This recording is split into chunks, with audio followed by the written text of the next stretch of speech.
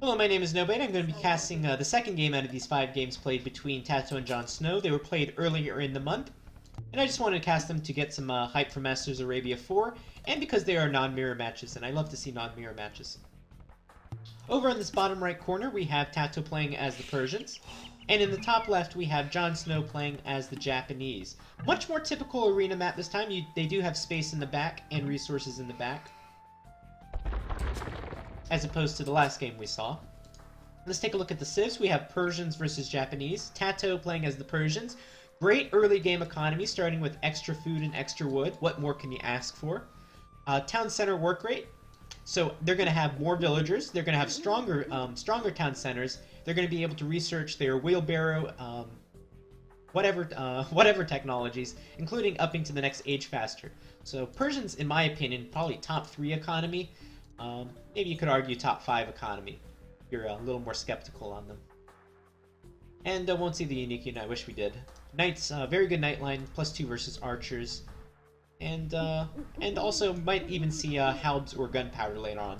Notably, we are playing on arena, so notably they don't get very good very good monks. Missing big 4 technologies really here. So that is their weakness on arena, their monk line. Japanese, on the other hand, very, very good civ. Probably top early game economy, in my opinion. I sure don't hesitate to give my opinions on these streams. Saving up to 200 wood on mill lumber camp, mining camps in their early game. No other economy bonus for them, of course, so they do fade out later on. Good infantry, could be pretty good against the Persian knights here. Samurai, won't see those guys most likely. And no real other bonuses here. Very good archer line. They do get access to gunpowder. Very good halbs. We should see some of those. And notably, very good monk line here. Sanctity, redemption, everything you need. Nobody cares about heresy, which is kind of ironic for the Japanese, which are known for killing themselves in order to, instead of being defeated here. Notably, don't get heresy. I always thought it'd be kind of funny if one of the special abilities of the samurai was instead of getting converted, just kill himself. But, this is my land of hypothetical. So, TaToH, 7 on sheep here. 1, 2, 3. No, I can't count 6 on sheep. What am I talking about? And let's take a look at the maps. Forward gold from Jon Snow. Stone is in okay position. Stone in the back, gold in the back. Room to boom. It's not a crazy amount of room to boom, but it's room. And he's missing 2 sheep over here. TaToH's map, gold in the back, that's nice. Forward stone. Backward stone. And a gold in the back as well. Hasn't found his 2 sheep either. 2 wolves in the back also. Could we see some woo-woo-woos? Probably not. Notably on this map, 4 relics close to each other, 2 and 2, and then 1 close to Jon Snow. So not as aggressive map as we'd see last game. Last game we saw a lot of the golds forward, a lot of the stones forward, and not a lot of room to boom in the back. And this game's quite the opposite. It just looks like Jon Snow's forward gold is a little vulnerable. Also has a side gold over here. So we'll see what kind of game plays out from these guys. Which civ matchup do you prefer in the chat? Japanese or Persians? Probably most people would say Japanese a better arena civ overall due to their monks. But, yeah, probably most people would say that. I think I would agree with them. But maybe we see some Persian gunpowder here to counter the halbs of the Japanese player. And the Persians have a pretty formidable economy in their own. So let's check if they have any deer to lure. That can be so important. Can lure these deer. It's only 3 and it's a little bit far away, but I expect Jon Snow to be able to do it. 4 deer close to Jon Snow, so he has deer advantage here.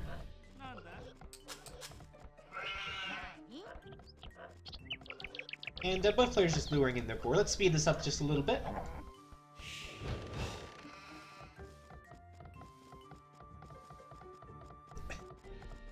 Great reason, T90. I think you need to create a reason like that for for every civ.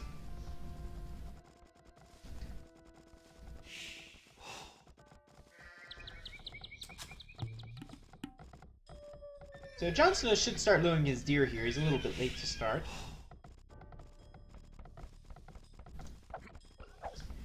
And not too much going on. I expect the Japanese... I expect to see a Japanese monk rush. And how can the Persians defend from a monk rush? They could be going scouts themselves. We'll set them up for knights later on.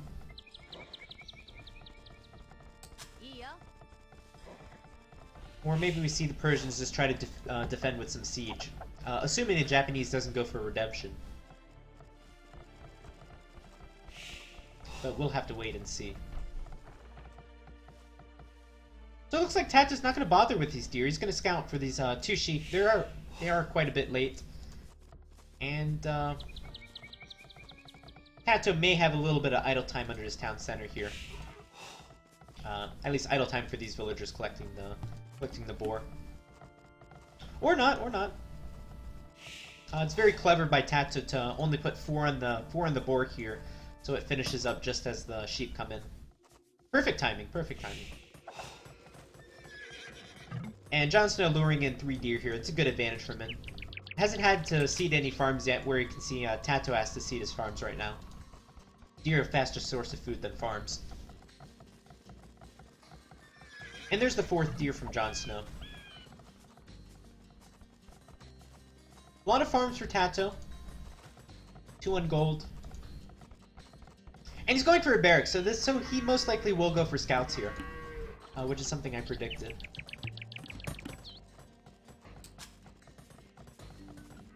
And only now seeding a few farms is Jon Snow. So that should give him just a tiny lead in economy here. Should say Market Blacksmith come up here. There we go. And he'll have enough food once he drops off the food from this deer over here. There we go.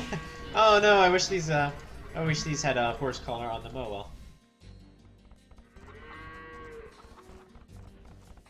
And Jon Snow's the first to click up to Castle Age. Where's TaToH been? He's a little bit late here. And he's gonna click up now, so he's gonna be about a full minute behind. Again, maybe the product of not luring in this deer. For having to make extra farms here.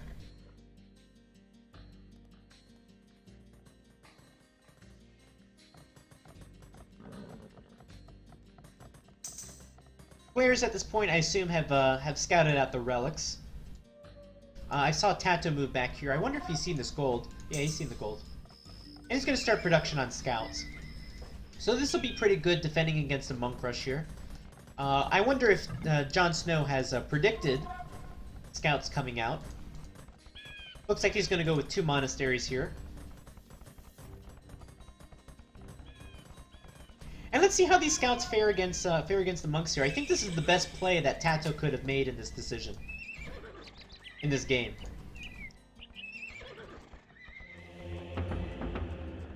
And he's going to go with a single monastery. So his strategy is going to be to secure map control with these monks and then secure the relics for themselves. And the way this map is set up, he could potentially do that. It's going to be pretty easy to patrol these 2 relics that are close to each other, especially this one. Mainly just has to focus on these 2. Can't really do anything about this one. Or maybe he can, we'll see. So TaToH's going to move out. Of course, he's been building scouts throughout the feudal age, and Jon Snow has to wait until now to build monks. So he's going to move out now. And Jon Snow's going to see that TaToH's made some scouts here. Jon Snow's going to go up to a 2nd town center, and so is TaToH, only going to make it with 1 villager here. Doesn't want to idle any of his other villagers. Sanctity coming in immediately. Going to bulk these guys up. Going to bulk these old men up. And light cab being made immediately, and I love this decision. Oh my god, did it get converted already? That's incredible. That's a really lucky convert. Light cab actually increases the resistance conversion. The conversion resistance for scouts. So that's incredibly lucky that he got that one. And interestingly, we see Jon Snow going with the barracks here. He's going to start with some spear production. And this is a very interesting decision because With this extra wood, Jon Snow could have easily sunk this into a town center. But no, he's going to choose the more aggressive play here. And he's going to seed some more farms also to help support this. Husbandry coming up from TaToH. He's getting all these very important upgrades against the monks here. Of course, don't want to get the armor against monks. That's not going to do anything. But Husbandry going to help close the distance. And he's going to give up this relic, it looks like. Also, it's quite a heavy investment, though. 250 food, that's not something to be taken lightly here.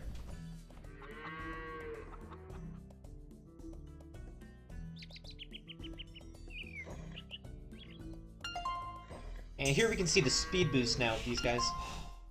I think an extra 10%. On the bright side, TaToH has secured 2 relics here.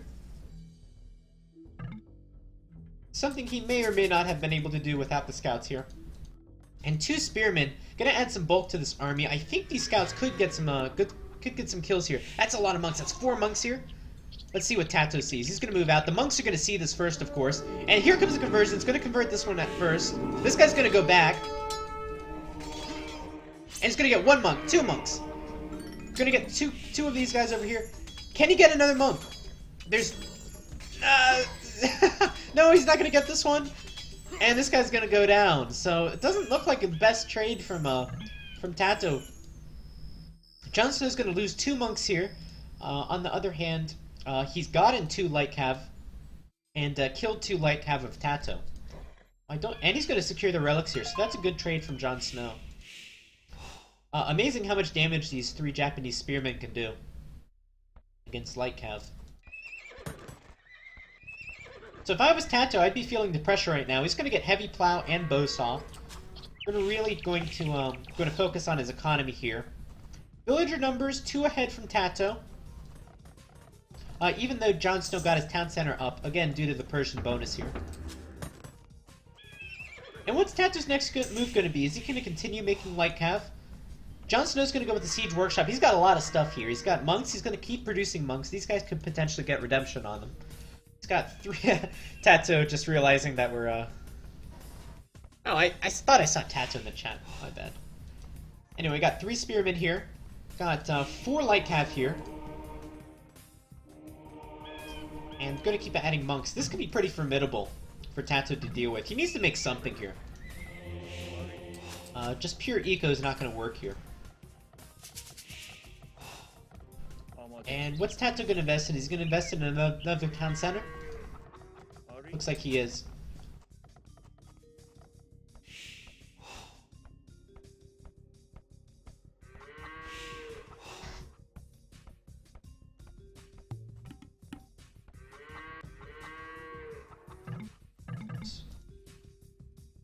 So TaToH, he's about to find out this ram's coming. The ram is a good choice here.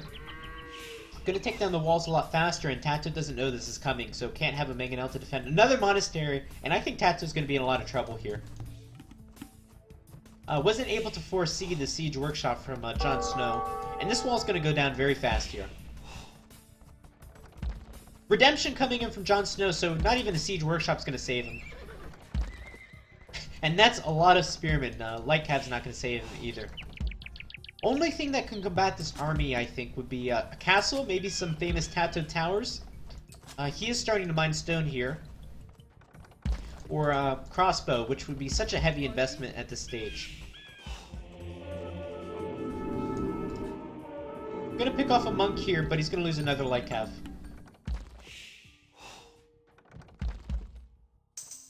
First piece of wall goes down. There's no extra walls in here. Some extra walls could have bought him some time. And a second barracks. Very heavy investment from Jon Snow. 3 town centers in the back. And Jon Snow now has 3 relics as well.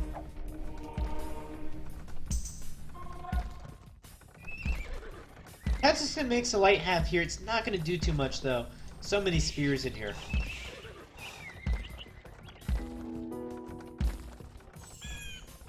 And I know what this university is for. I'm waiting for the secret technology. Where is it? I'm waiting for guard tower here. But TaToH doesn't have a lot of stone anyway, so... I'm gonna quick wall this up. Should even see another one here. TaToH has a few light cav out.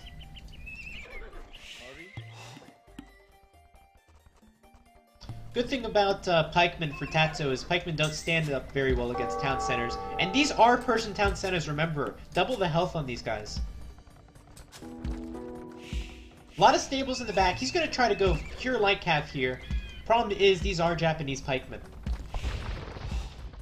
And here it is. I knew I was right. Here's this first tower, and we should see guard tower come up pretty soon.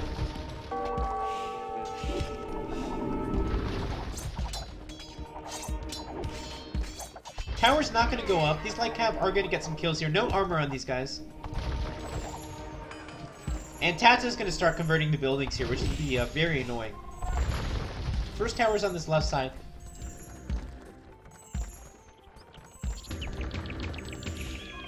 And guard tower coming in.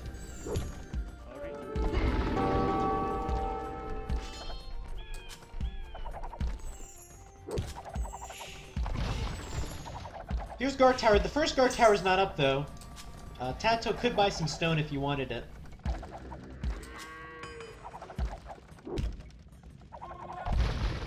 And what are these villagers coming forward for? Feel like I'm gonna take out some of the monks. Pikemen are in the wrong position right now. Jon Snow's not paying attention. No conversions coming in. And he's gonna lose at least a few monks here. He's gonna lose 1, 2, 3. This guy's gonna get shredded in about 2 seconds. And I think a grand total of 4 monks going down. And castle coming forward from Jon Snow. And this is basically gonna kill TaToH if this castle goes up.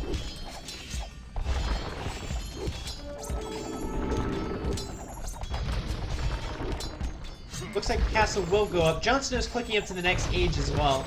And I think we should see a GG here. There's the GG from TaToH. So good strategy from TaToH at the early game, though. I think going light cav was pretty good. Unfortunately, got his first light cav converted. And it just goes to show you the power of monks on Arena here. Even able to go up against their counters here at light cav. Just add in a few pikes and suddenly you got a big strong push going. Biggest mistake from TaToH, though, was once he started to lose momentum here with that first fight with a light cav. Didn't expect that Jon Snow was going to go forward with the siege workshop here. And didn't set himself up to go guard tower earlier, make light cav earlier, or take enough stone for a castle. So we're going to give this point to Jon Snow here. Good play by him.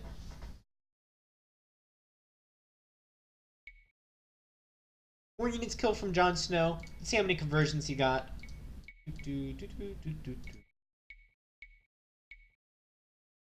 4 conversions, not a whole lot. And big power spike from here. I assume this is the battle with the light cav and the monks.